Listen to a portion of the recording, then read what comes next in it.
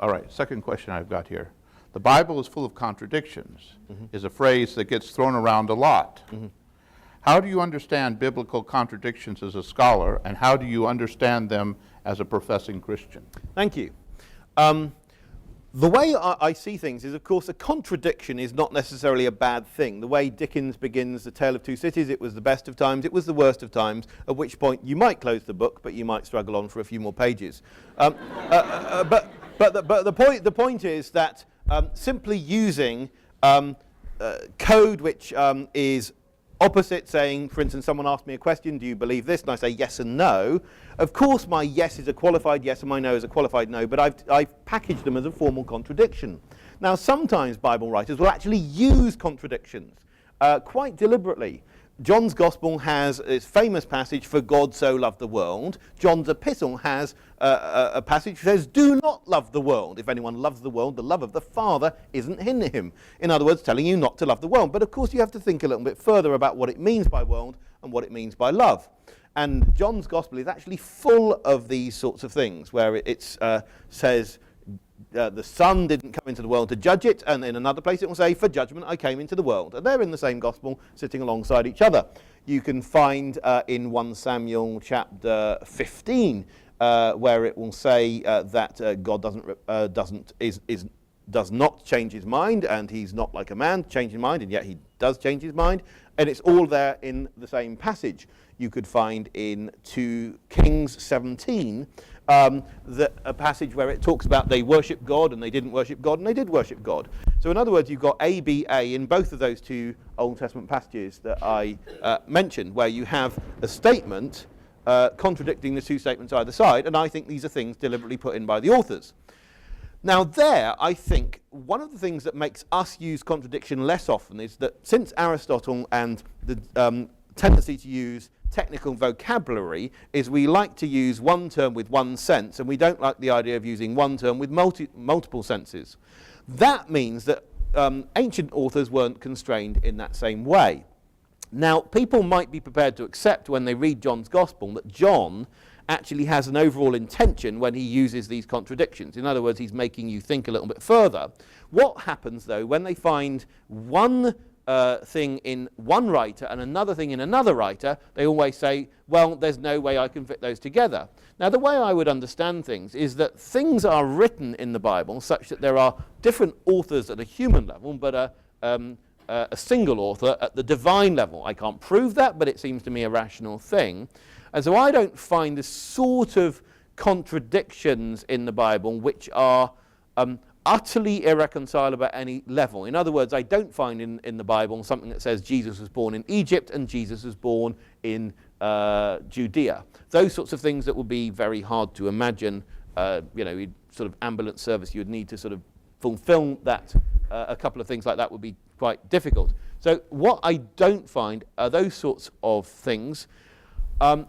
So I come to the text believing that it speaks truth. I don't think it has to speak truth according to our conventions, our interest in precision. It can quote in completely different ways than us, because after all, speech marks were only invented in the last few centuries, and so on. So there are all sorts of conventions which make it different. But I think, and this is where we'd need to have a very long discussion on this issue, that I think there is an overall coherence within Bible writers, even that come from some pretty different perspectives. Happy with tension? Me too. Again, let me bounce back from that question. Of course. It seems to me, as a modern society, we just don't like contradiction. To us, when we see a contradiction, we tend to assume invalidity. In other words, if there's a contradiction, maybe one is true or the other is false, but maybe they're both false, but they can't both be true. What's interesting to me, as I read more of the Hebrew Bible than I read the New Testament, but I read them both, is that they just don't seem so worked up about this. You can read Genesis 1 and it seems to give you one scenario, and you read Genesis 2 and it seems to give you another scenario, and we get very upset about this, but they don't seem to mind at all. You know, you don't say, don't worry, you know, let me work this out for you. And I would suggest that there's a different hierarchy that they are applying rather than logical consistency, and that is sacredness. In other words, if as you diligently examine within, let's say, Genesis, as the example I used, and you find that there's more than one tradition, and these traditions are held by your community for whatever reason to be sacred, who are you as arbiter of the tradition to say this one is not right or this one is right, or let me work this out for you?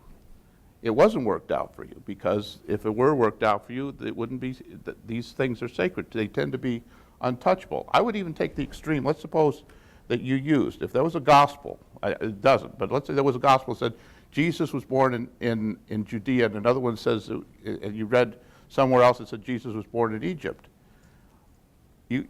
I'm not sure I would be as troubled as you, because I would say, well, why did they do that? Because somebody thought, you know, this was true and someone thought that was true. Who are they to say, I'm going to choose A over B? They respect the sacredness of the situation, and that doesn't, in my opinion, preclude what you already said previously, that whether one gets all the facts all in like ducks in a row doesn't necessarily invalidate the overall message. Am I putting words in your mouth that you wouldn't like to say? Well, no, I think you're putting words in your mouth which are very great and mellifluous. But I would have a somewhat different perspective, in the sense that I would be troubled if you had texts which had those sort of different claims, because my understanding as I read these texts is they are seeking to make historical claims, even about Jesus being born in Bethlehem and so on. I do accept that there is such a thing as reporting, and you can report to traditions. But I think when scholars claim that they found these two very different strands which have been combined by some editor at some stage, that is essentially a scholarly reconstruction. All we have is the final text, right. And the final text is where we start from, and then we try and explain how the final text arose as it did. So if we have two passages alongside each other that seem to us to be different, well, someone put them together and thought that they could fit together.